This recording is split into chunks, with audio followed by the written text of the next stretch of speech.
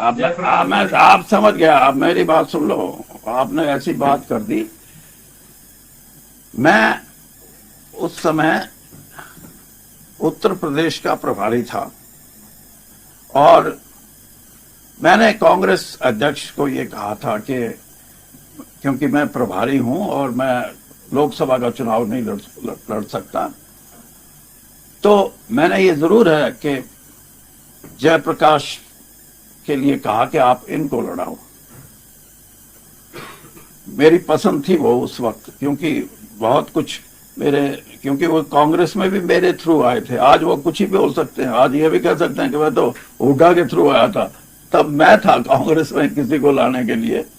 तो मैंने कांग्रेस अध्यक्ष को स्पष्ट तौर पे कहा था और जब उन्होंने बात नहीं मानी तो खुद जयप्रकाश ने ये कहा था कि मेरे को तो नहीं मिलता, आप लड़ लो चुनाव। हालांकि मेरा चुनाव लड़ने का इरादा नहीं था। आज हरियाणा के अंदर मेरे शब्द हैं ये कि पिछले 1.5 महीने से मतदाता, साधारण मतदाता, वो बीजेपी से पीछे हट रहा है और बीजेपी से पीछे हटने का अभिप्राय यह है कि उसकी दूसरी चॉइस कौन है, उसकी पसंद कौन सी है।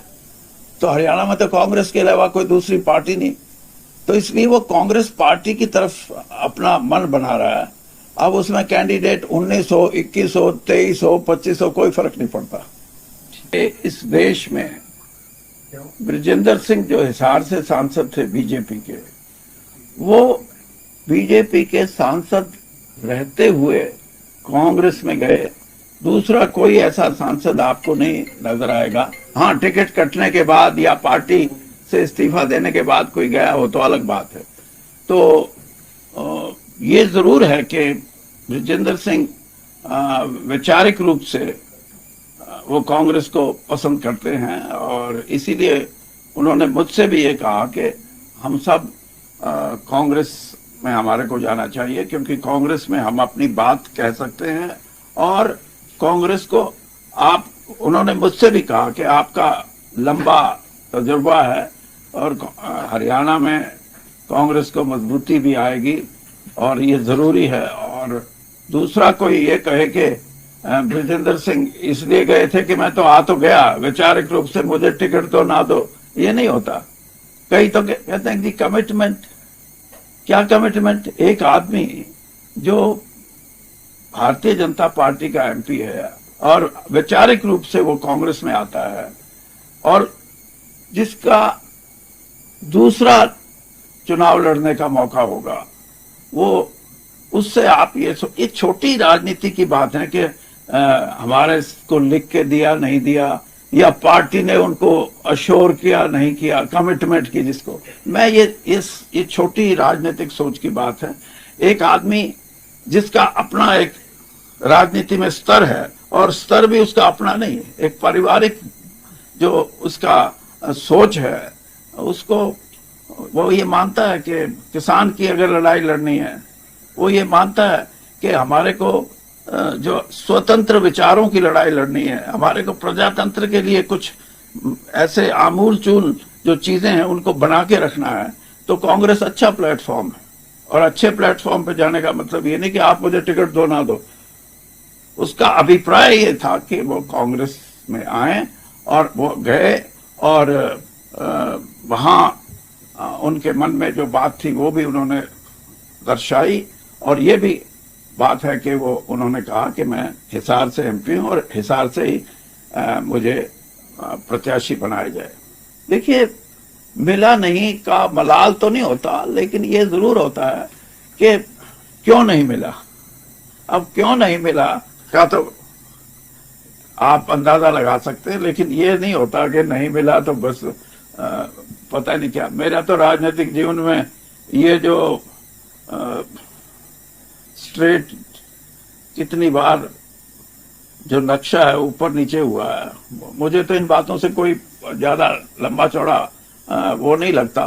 लेकिन बृजेंद्र सिंह एक नई सोच के साथ हैं और उनको ये चांस मिलता तो और अच्छा परिपक्व राजनीतिक के रूप में वो पार्लियामेंट में कांग्रेस के लिए और देश की जो आमूल चूल समस्याएं हैं या आमूल चूल जो हमारे संविधान की बात है, हमारे पार्लियामेंट्री डेमोक्रेसी की बात है, इन बातों को बहुत बल मिलता। अब पार्टी ने एक फैसला कर लिया तो अच्छी बात है, पार्टी ने कोई पैमाना रखा होगा, कोई उसका उसके हिसाब से। ये भी आप लोग सेटिस्फाई हैं या उसके खिलाफ है? कोई ऐसा है कि जैसा है कि उस पर आगे बढ़ेंगे कैसे? नहीं, आगे बढ़ेंगे किस लिए? तो कांग्रेस में ही आगे पारी रहेगी, और मौके हैं। हाँ। नहीं, आप स्पष्ट ये कहो कि आप कांग्रेस में रहोगे या नहीं रहोगे। चलो सर, हाँ, फिर ऐसे बोलो ना, ये कोई मैं कांग्रेस में आया हूं कांग्रेस में रहने के लिए, और मुझे कांग्रेस में रह के कांग्रेस को मजबूती देने का भी मुझे काम आता है, और जो मजबूती देने में सक्षम नहीं उनको भी मैं ये समझता हूं कि उनको भी हम ठीक दिशा में लाके ये कहेंगे कि मजबूती अपनी ना दो, कांग्रेस के लिए मजबूती दो।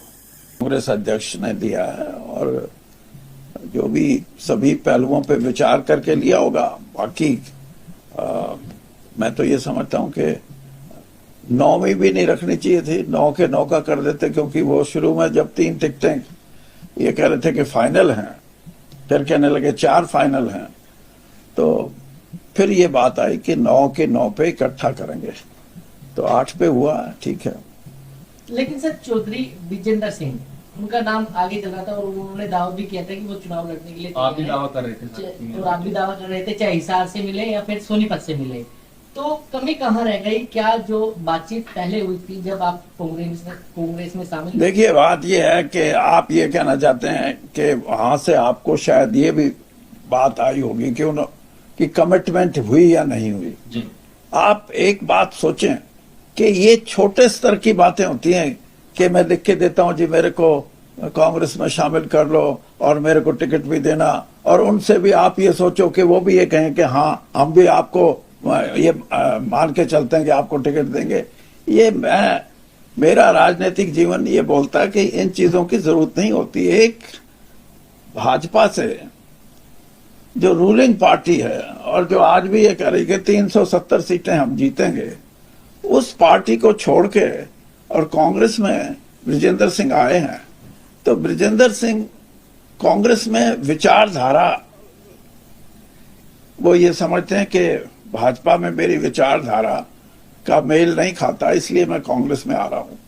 और रूलिंग पार्टी से आपकी पार्टी में तो आप ये समझेंगे कि वो लिख के दें और पार्टी से भी ये कहें कि आप भी लिख के दो हमारे को, ये छोटी बातें हैं, लेकिन उनका आना ही बहुत महत्वपूर्ण था और उनको टिकट नहीं मिला, कोई बात नहीं। ये राजनीतिक जीवन में ये भी देखना होता है कि उसके कारण भी कई होते हैं। और बाकी मैं तो यही समझता हूं कि जो भी निर्णय है वो पार्टी हाईकमांड का है। उन्होंने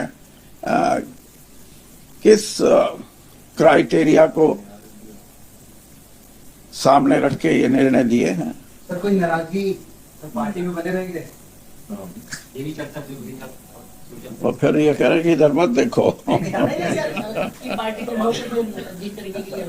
आप पहले ये पूछो किसके लिए बोल रहे हो, ये मेरे लिए या ब्रिजेंद्र सिंह के लिए?